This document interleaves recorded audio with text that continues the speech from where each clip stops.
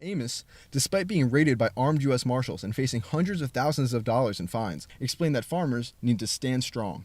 We farmers need to stand together and stay strong, and we need to make sure the government, we can't just fall for the government's rules and regulations because the big corporations want to take over. And at the other note, we need consumers.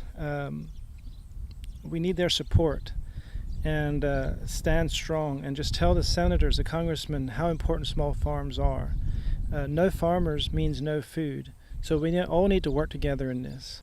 If you want to help Miller's Farm, go to leavethemalone.com and sign our petition. That's leavethemalone.com.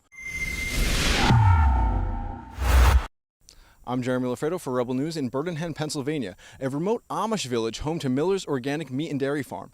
Recently, armed federal agents raided the farm and demand they cease operations and pay over $300,000 in fines. Miller's operation is entirely holistic and natural. Whether it's the water buffalo, the cattle, or even the camels, the animals live, as Miller argues, how God intended and eat fully organic diets, munching only on wild plants, flowers, and the bugs in their pasture.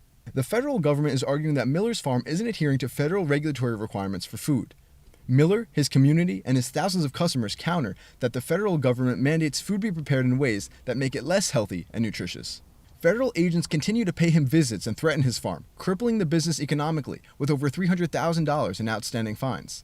Veteran journalist Michael Yoder is a longtime customer of Amos Miller's farm and has been closely covering the story for a local newspaper.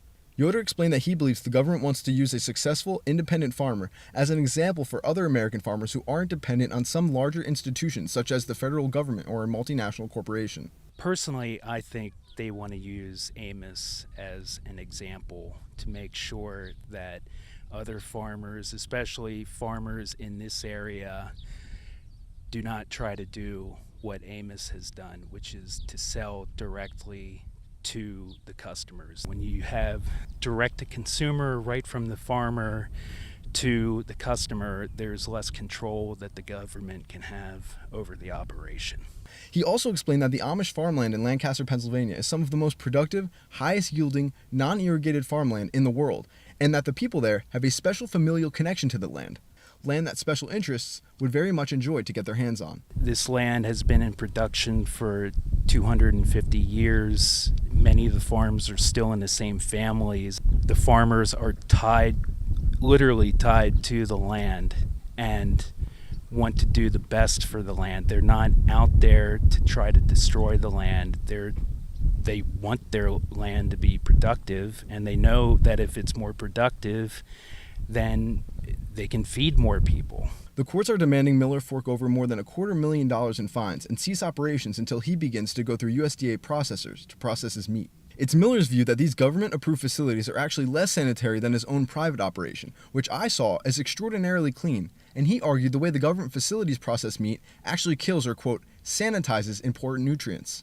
Miller explained that because his farm doesn't use chemical fertilizers, herbicides, or patented seeds, which are chiefly manufactured by industry giants with strong ties to the government, they're using the power of the government to shut him down.